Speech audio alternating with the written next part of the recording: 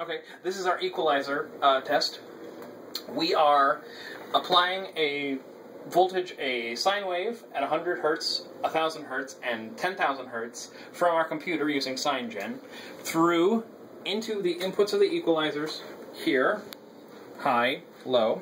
That then sends it through the schematic, and we affect the low band, which is centered at 100 hertz, the middle band, which is centered at 1000 hertz, and the high band, which is centered at 10,000 hertz. We have the output measured on the top, and the input measured on the top, and the output measured on the bottom. We are applying a 1 volt peak-to-peak waveform. Oh, sorry, 2 volt peak-to-peak waveform on the input, and we are testing output. Considering we are trying to make 6 dB, which in voltage terms is twice the amount or half the amount of voltage, we should see a 4 volt peak-to-peak waveform on the increased bandwidth, or the increased voltage, and a 1 volt peak-to-peak waveform on the low end. I'm going to apply a 100 hertz sine wave now.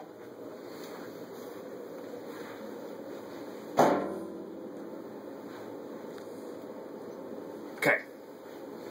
Alright, so this is a 100 hertz, 1 volt sine wave. Alright, we are now moving up. That is easily a 4 volt peak-to-peak sine wave, meeting our top end spec. Dropping it down. That is easily a 1 volt peak-to-peak sine wave, meeting our low end.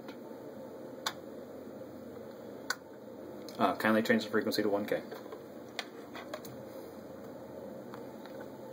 Okay, testing the middle band. 1 volt peak-to-peak, 2 volts peak-to-peak, 2 volts peak-to-peak. Moving up, easily 4 volts peak-to-peak. Moving down, easily below 1 volt peak-to-peak. Swing back to unity. Change to 10K. Alright, testing the high band. Moving up. 4 volts peak-to-peak. Moving down. 1 volt peak-to-peak.